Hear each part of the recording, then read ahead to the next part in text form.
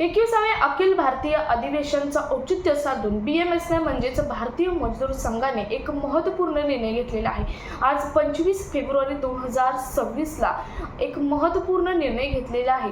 तो म्हणजे प्रत्येक जिल्ह्यातील जिल्हाधिकारी कार्यालयावरती धरणा प्रदर्शन करण्याचा आणि ज्या मागण्या आहेत त्यामध्ये जे कर्मचारी आहेत, उद्योगाचे असो किंवा कोणतेही कर्मचारी असो, त्यांच्या मागण्या असतील किंवा EPS 95 पेन्शन धारकांची मागणी असो, या सर्व मागण्या संदर्भात एक महत्त्वपूर्ण निर्णय हा भारतीय मजदूर संघ म्हणजेच BMSने घेतलेला आहे। असं केल्यामुळे राज्य सरकार आणि केंद्र सरकारवरती दबाव सुद्धा येऊ शकतो असं त्यांचं म्हणणं आहे।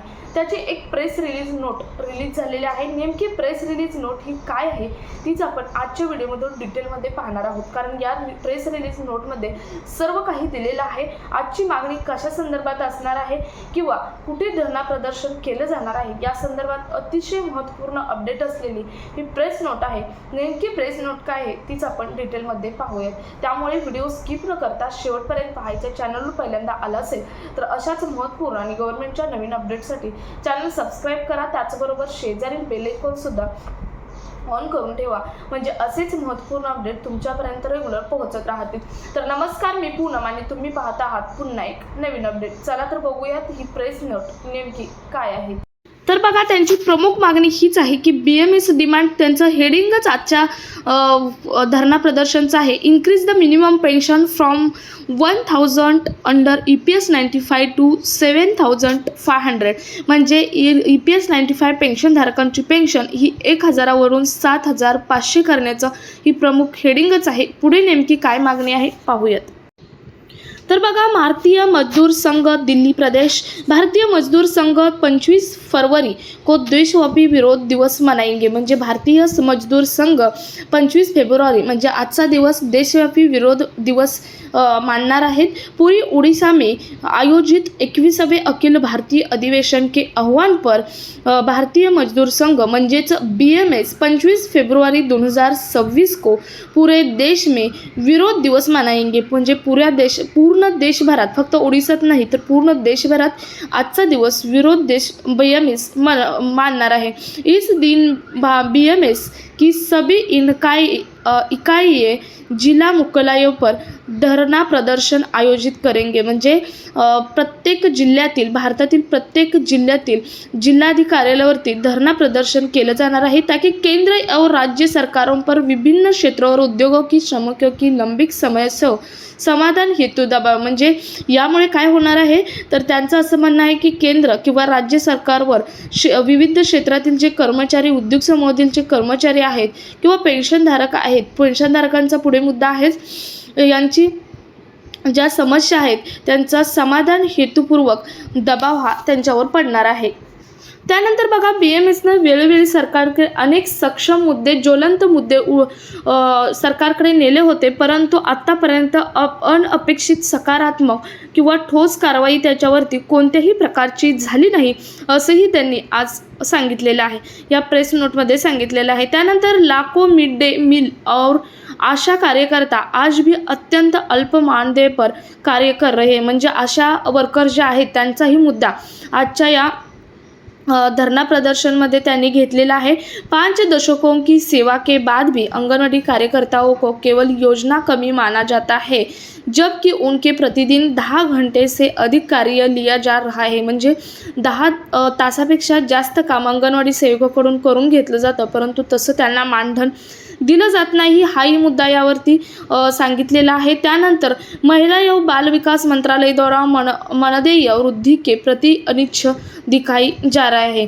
आज राज्यों में राष्ट्रीय वस्त्र निगम NTC की मिलों के श्रमिकों को महामारी के बाद से केवल 50% वेतन मिल रहा है और पिछले 10 महीने से वेतन बकाया है। म्हणजे तेवढंच वेतन मागच्या 10 वर्षापासून त्यांना आहे। रांची स्थित हेवी इंजीनियरिंग कॉर्पोरेशन HEC के कर्मचारी पिछले 32 महीने से वेतन नहीं मिल रहा है। म्हणजे HECच्या कर्मचाऱ्यांना मागच्या 32 महिन्यापासून पगारच मिळणार नाही। त्यानंतर बघा, देशभरात विद्युत कर्मचारी डिस्कॉम को सरकार क्षेत्र में बनाए रखने और निजीकरण का विरोध करने के निरंतर संघर्ष कर रहे, तरी सुद्धा त्यांना कोणताही न्याय मिळालेला नाही असं थोडक्यात सांगितलेलं आहे.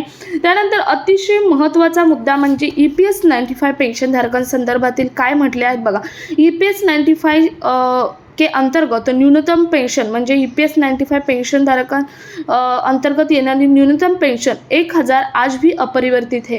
म्हणजे 1000 पेंशन आज पण अपरिवर्तित आहे, तशी आहे, मागच्या 10 वर्षापासून तशीच आहे, जिससे लाखों पेंशन भोगियों की कठिनाई का सामना करना पड़ रहा है. म्हणजे ज्यामुळे लाखो पेन्शन भोगी जे पेन्शनधारक आहेत त्यांना कठिनाईचा सामना करावा लागतो. बैंक कर्मचारी भी 5 दिवसीय कार्य समाप्त लागू करने की मांग लेकर आंदोलनरत है.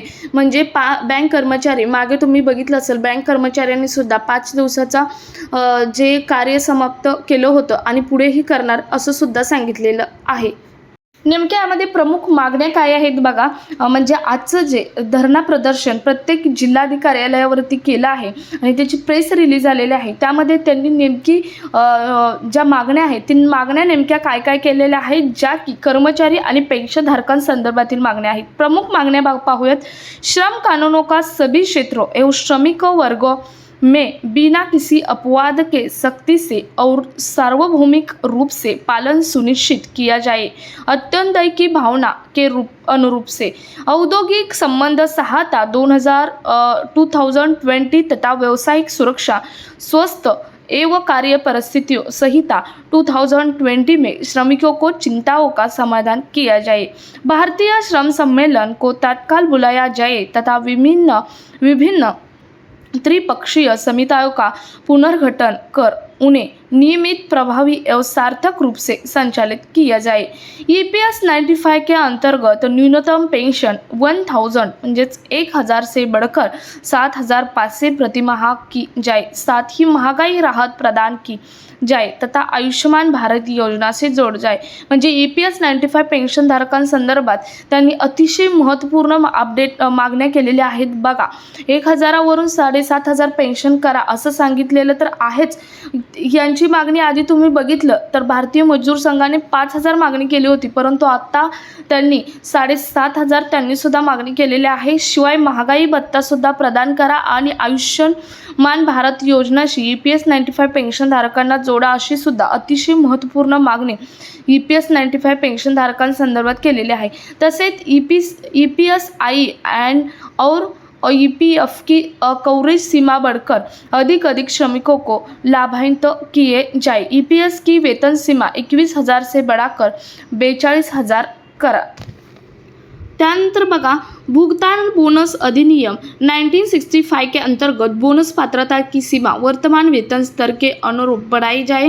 विद्युत क्षेत्र से संबंधित मुद्दों पर सभी राज्यों में विद्युत अधिनियम 2023 की धारा 133 के अनुसार त्रिपक्षीय समझौतों को तत्काल लागू किया जाए, जिससे कर्मचारियों की सेवा, क्षति, पेंशन लाभ और नौकरी की सुरक्षा सुनिश्चित हो सके. संविधान के अनुच्छेद 14, 15, 16 और 21 में निहित सिद्धांतों के अनुरूप योजना कर्मियों और संवाद कर्मियों का नियमितकरण किया जाए.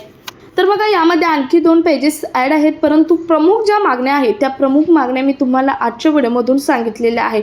कर्मचाऱ्यांसाठी असतील, बँक कर्मचारी असतील, उद्योग समूहातील कर्मचारी असतील, किंवा EPS 95 पेन्शनधारकांची मागणी असेल, या संदर्भातील अतिशय महत्त्वपूर्ण अपडेट घेऊन म्हणजेच एक मागणी घेऊन BMS म्हणजेच भारतीय मजदूर संघाने आज प्रत्येक जिल्ह्यातील जिल्हाधिकारी कार्यालयावरती जे मोर्चा आहेत ते मोर्चा किंवा धरणा प्रदर्शन म्हटलं तरी चालेल, प्रदर्शन हे केलेलं आहे. सो तुमचं यावरती काय मत आहे कमेंटमध्ये जरूर सांगू शकता. हा व्हिडिओ जास्तीत जास्त ठिकाणी शेअर करा. भेटूयात पुढच्या एका नवीन अपडेट सोबत. तोपर्यंत धन्यवाद.